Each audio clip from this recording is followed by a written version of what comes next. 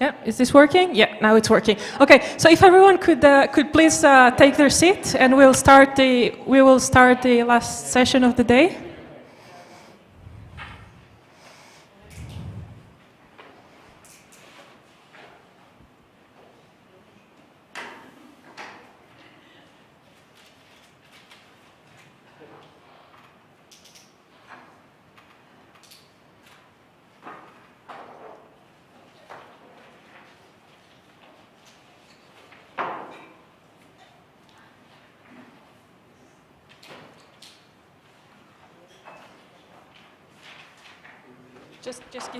Just give me one. General discussion. Just give me a go when we can start. Yeah. Okay. Good. So welcome back to the last session of this very interesting day. Thank you very much for staying with us. We know that it's been a very long day, and we appreciate everyone's commitment to staying here and asking questions. And the last thing we want to do is take anything between half an hour and an hour to touch on some broader issues. If anyone has particular questions to particular speakers, if some people have comments they want to make which they think would be appropriate, now is the time. Because there's always the question of who starts. I will begin, and I will share with you, I think, one of the important questions that the HCOM network, the network that is hosting this conference, has been considering for almost over a decade now. Norman will correct me if I'm wrong. HCOM was always committed to maintain an in-betweenness, working between disciplines, working between communities, working between languages, working between different, I guess, aspects of the intersection between language and health. We have here very different people coming from very different background with very different questions, but they all share this underlying interest in language and health. And in one way, this is wonderful, because things never get boring. But on the other hand, apologies, this can also become very tricky, because I think Christine managed super diversity. I think one of the interesting premises of super diversity is that you can't make assumptions about people, what they know, what they're interested in, where they're coming from, what you can do together with them. So I think one question that I would like to kind of open up or put to the floor is, those of you who are working in those in-betweenness, between disciplines, between cultures, between communities, what you find useful about that and what you find challenging? Do you have any open questions that you think you might want to raise? Maybe other people have some good answers. So I think I would start with that.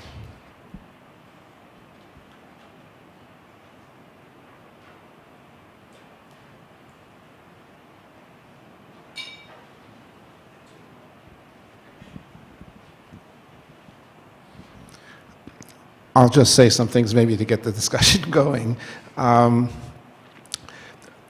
For me, moving into the area of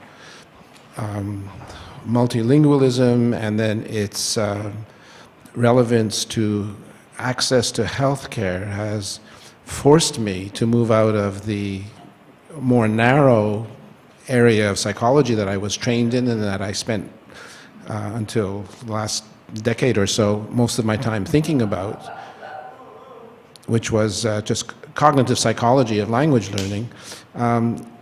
And for me, the benefit has been to deal with real life problems, not ones that I can control so easily in the laboratory, and therefore have to think more broadly about the questions. And I found that very enriching. At the same time, I'm finding that the larger environment that I'm working in has posed a challenge, which is convincing others, and especially granting agencies, that this is an important thing to do. Well, I don't know, maybe I should stop there. I brought up two topics. One is how it might impact on us that we study what it is we study in this larger context of healthcare access. And then the other is the intellectual environment and culture of the agencies and so on that we have to deal with in order to get resources to do this. Perhaps others have experiences or thoughts about that. I could go on all afternoon giving you my ideas about that, but I think I should yield to other people. Hi, my name's Amy Ford, and I'm from the University of Ottawa. I'm a master's nursing student, and I've come to this conference because I'm very interested in Dr. Segelowicz's agenda for teaching a second language to healthcare workers. The interesting thing that this has brought is because I also teach undergraduate Francophone nursing students at the University of Ottawa.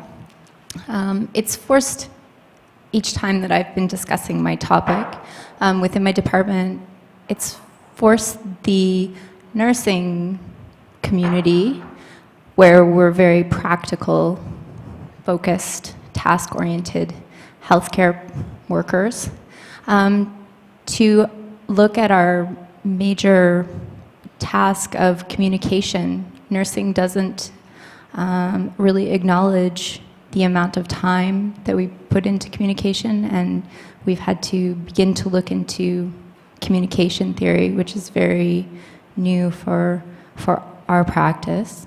And also because I am originally from Western Canada, was trained in Western Canada, and I am an Anglophone, but have worked in French as a emergency room and acute care nurse for the past decade in Quebec.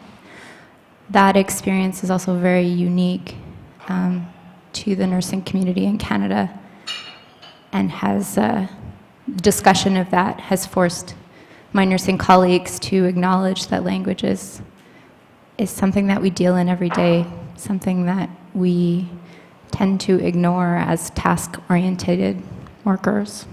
So.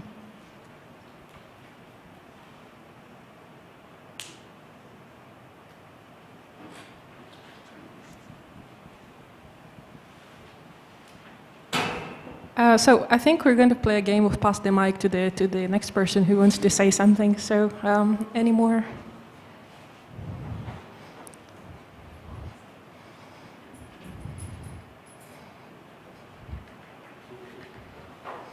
But if I stand, then I don't need the mic. So who are you going to pass it to?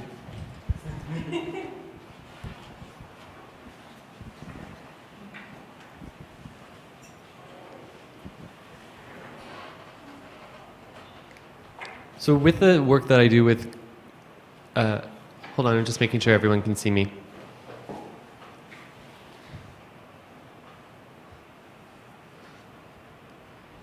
So working for as long as I have with this CSSQ, really our ultimate goal is to have, whether it be in a clinic or a doctor's office, or and have any multitude of interactions, whether it have to be about, well, more specifically if it has to do with sexually transmitted bloodborne infections, HIV or AIDS, we'd love to have a reflection of statistics as to how many people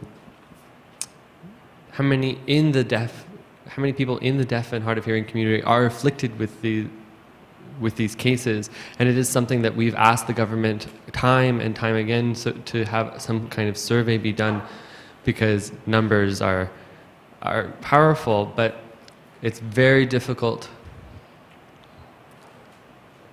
to have that. And so we've tried to come up with initiatives to do it on our own to some extent, but it's been quite difficult, and it feels like the support on a government level isn't there. But the benefit of having a statistic would be great proof. It's almost a chicken and egg kind of story. The government wants the number so that they can provide appropriate funding, but we can't provide the number because the government won't give us a number. And in addition,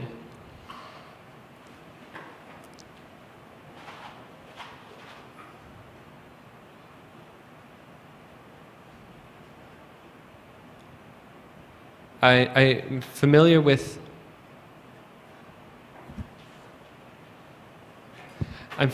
the Anglo term of MSM, and when it comes to that community, it seems that the statistic is there for the hearing community, that the statistic exists of how many men who engage in sexual activities with other men have HIV or AIDS, but it doesn't apply, nor does it exist for the deaf community. So it seems to me, I'm a little bit at a loss as to why the statistic can be garnered from the hearing community and yet not from the deaf and hard of hearing community. Is it more prevalent? Is it less prevalent? If so, how much? And so this is something that we are working on to achieve, to get this statistic. If anyone in the room could provide any resource or help, we'd be greatly appreciated if you got in touch.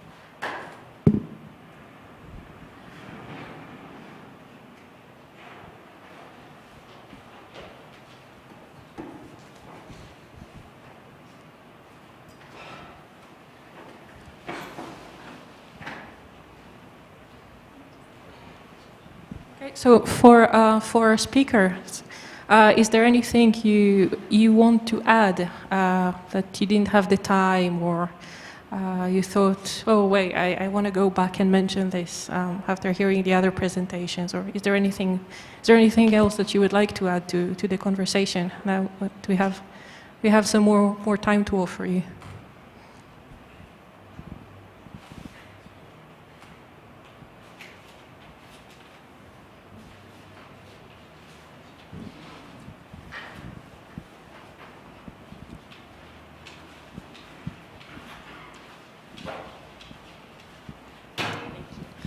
Well, I don't necessarily have anything more to add to my own presentation, but I would just like to acknowledge point out how nicely I think especially the talks before lunch, myself, Colin, and Kristen, how nicely our talks tied together. And I think for me at least, hearing the other talks had brought to light some facets of my own work that I haven't given much thought, and it's my impression that also was the case with my fellow speakers. So I think that we've all, at least the speakers, have had a lot out of speaking here today and hearing other people present on related topics. So I think it's been a very nice experience. So thank you for organizing in that way. Thank you.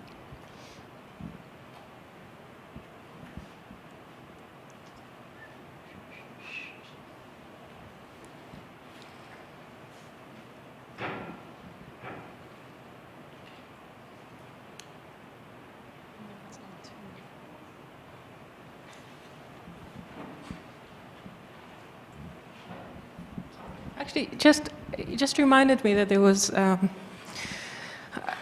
actually a question that, again, was in the back of our mind as we were building the programs. There aren't many projects out there that looks at the intersection of language and health in the way that we do, or the way that we want to do. And trying to piece different perspectives, different lenses together is always a very interesting experience, but it can also be a bit of a solitary one, because since there's not many precedents, it's not always clear whether what we did is useful, or how to do things better next time, or are there any themes for future research that should perhaps be included if we do an iteration of this conference, maybe next year, maybe in 2 years. Are there any particular themes that people here feel that are important, that should be included in a future iteration of a conference such as this or meetings such as this.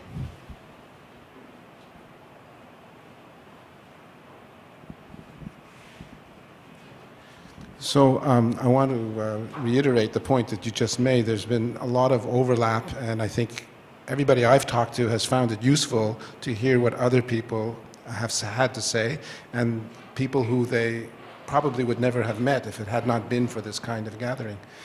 So something I know I would find interesting is if people from different areas could put together sets of questions they would like answered by people in the other areas. I listen to you folks in different areas, and I can think of, oh, I would like to hear such and such from you. It would help me with my research. And I would equally like to hear questions from others about what I could be doing to help you with your research. I think that might be a way that we could move the whole discussion forward. As interesting as it is, a more focused step next might be a really useful thing. Just a thought.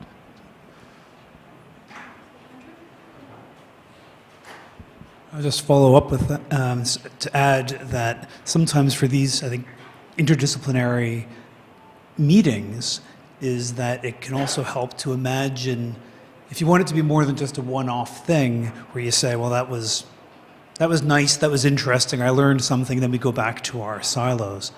If we're going to imagine an alternate outcome where this actually contributes to another meeting and another one and greater collaborative density and so on, is to sort of go into the future imaginatively and say, okay, so 5 years or 10 years from now, what would a successful outcome look like in the long term? What would cause us to think it was worth this effort back in 2016 to get together and do this, because in the end we were able to accomplish what? Like, what would those things be that would make us sort of retroactively happy that we put this effort in now? I'm not sure what that would be. What would, trying to think even of an example, an outcome, a particular service, a clinical service, and on concrete details of what to do, an evidence base that is designed for particular stakeholders, an edited book, a very academic kind of outcome, anything like that.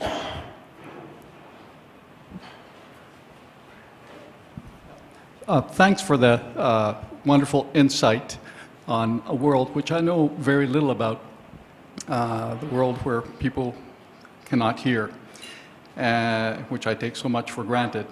And I'm just take off from where you're a photographer, and I'm just thinking, what would be an accommodating landscape that would permit people with learning, with hearing disabilities to be able to live their life, the potential. So this is maybe an imaginary type of exercise, but I would be interested as a geographer in trying to find out places that are accommodating and facilitating for populations who have a difficulty with hearing. Thank you.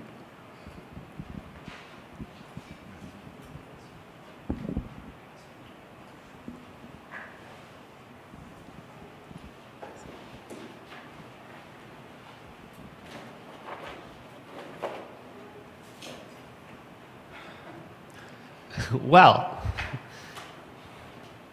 the pamphlet that I held up just now, which has been sent out and through a number of outreach initiatives, is out there in the community.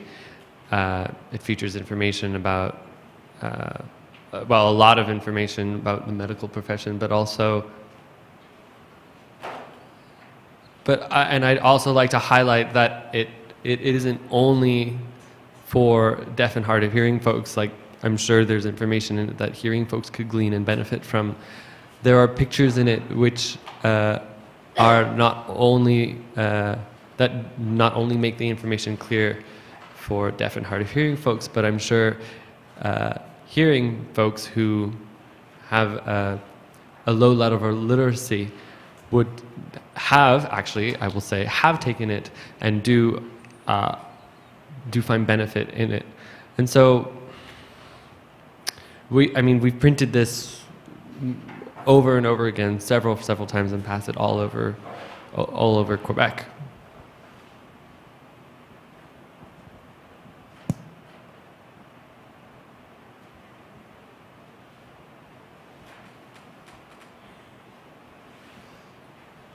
Any more questions, thoughts, ideas, plans?